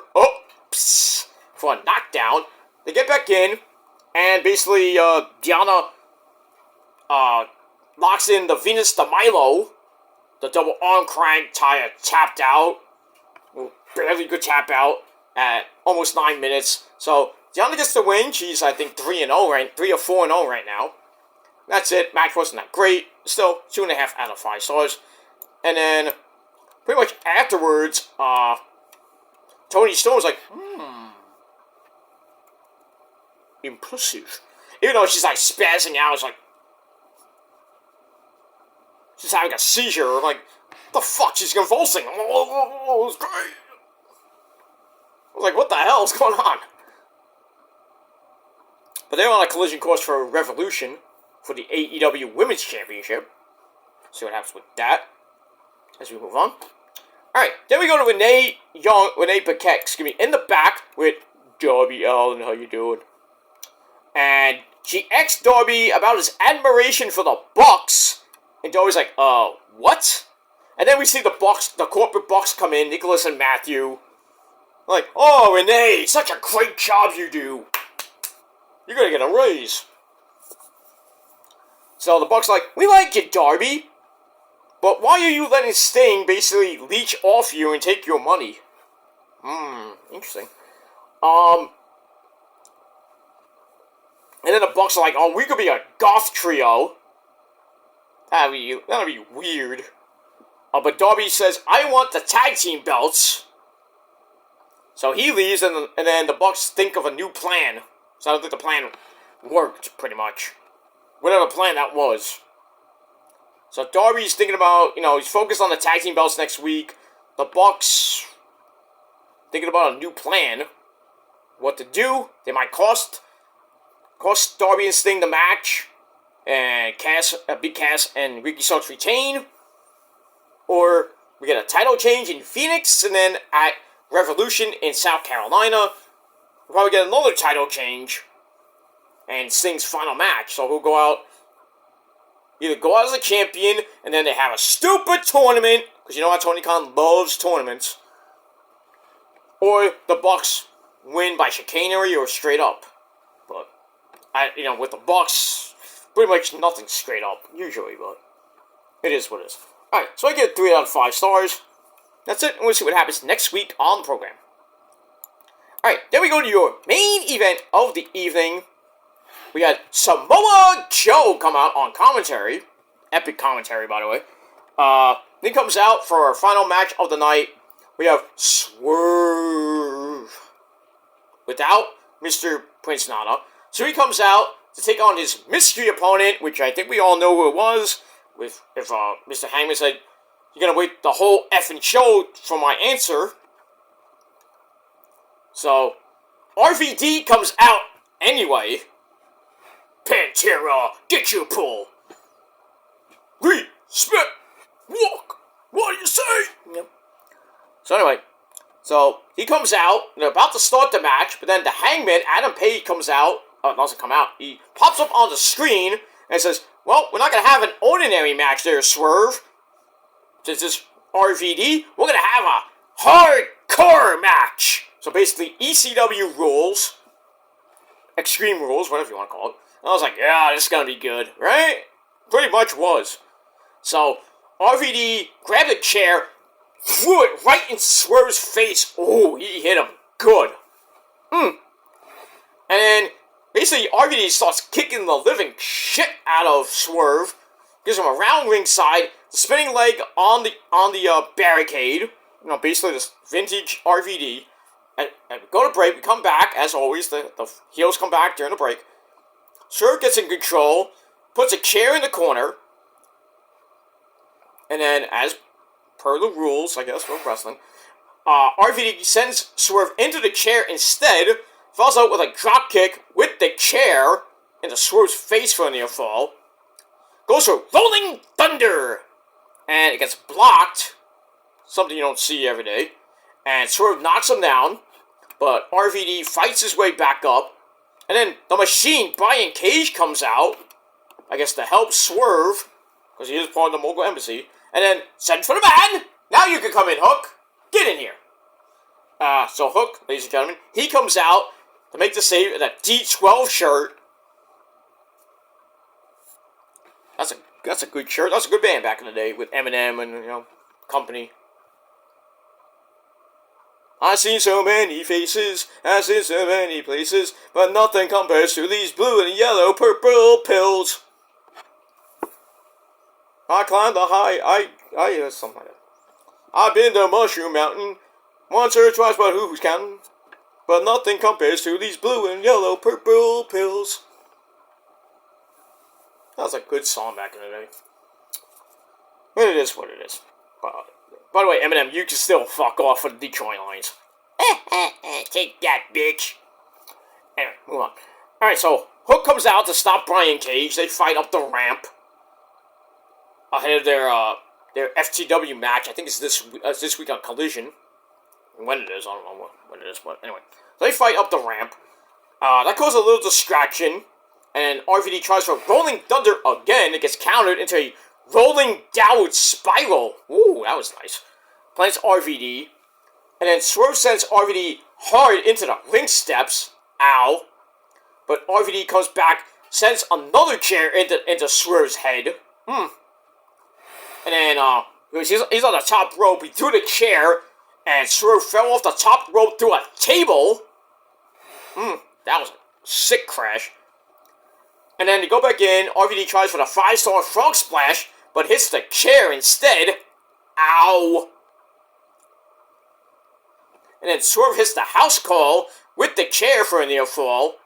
And then Swerve sends him into the corner and knocks RVD down. He goes up top looking for the Swerve stomp. And RVD's like, He's like disoriented, but then he sees Swerve on top, ready to hit him with the Swerve Stomp. He's like, fuck you! And Swerve's like, well, okay. Stomps his ass.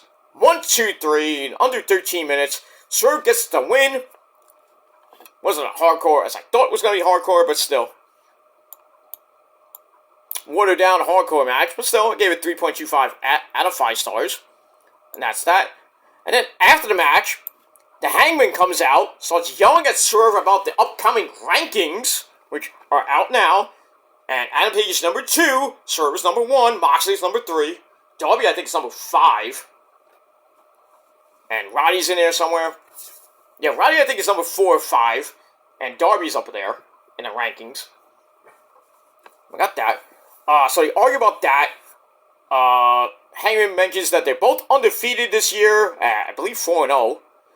That means they should be at the top of the rankings, which they are. And Hangman's like, we're going to fight one more time. So basically the rankings are useless and worthless. I'm like, why are you fighting if you're the number 1 and 2 guy? So Adam Page wants one more match, and Swerve's like, well, I already beat you twice. Why would I need to beat you a third time? I'm like, you think? I mean, that ultra-violent match they had at Full Gear, I mean, what can top that? Nothing.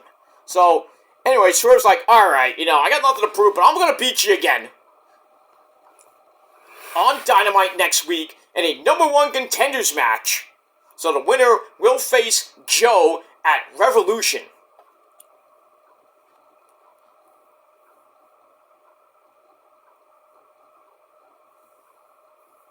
So I don't get why the ranking system was even put in for this. I mean, if Page and Swerve are the top 2 guys, why have the rankings then?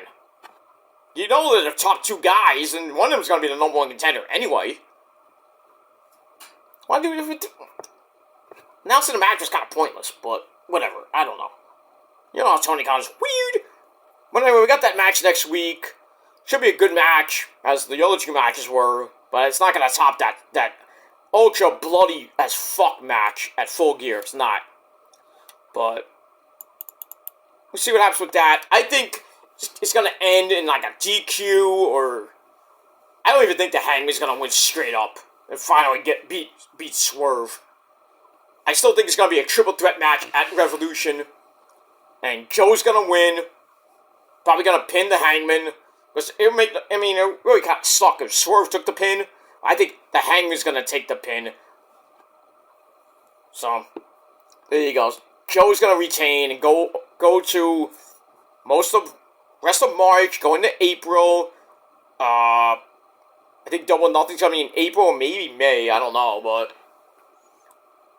let's see what Joe's going to do after that. Who his next challenger might be Moxley. I would love to see that. But I think Joe will lose the belt, probably at Double or Nothing, or maybe Fyter Fest, maybe Fight for the Fallen. I don't think he's gonna go all the way to like All Out. I don't think so, but you never know. But I do know that Adam Cole, baby, by the summertime, not Forbidden Door, I think he's by All In or All Out, he'll be the champion. And he won't even have to fight to get the belt, unless he's cleared by then. Right now he's not. I don't know when he's gonna be. I think he's still having problems with his foot. His ankle is basically shattered in like 6 million pieces. He's still in a walking boot. He's still on crutches. Don't when that's, and he's gonna be taken off the crutches and then off the walking boot. Then he has to rehab. So that's like another at least 4 months, at least 4 to 6 months. So if anything, it does get cleared. It might not even be at All In or All Out in September. I don't know, but we'll have to see what happens with that. Anyway, that's it for now. So I gave the match with Swerve and RVD, like I said, 3.25 out of 5 stars. And that's it. But all in all, pretty meh show for Dynamite. Hasn't been great lately. Tony Khan has a major announcement next week. Oh, I can wonder what that could be. You're gonna announce you got another shipment of Coke? but a lot of people are saying that it might be the announcement of Mercedes Moné debuting in Boston, because I think they will be going to Boston, but I don't know when that is. I think it's sometime the end of this month, or so she debuts in Boston, which is her hometown, or she debuts at Revolution.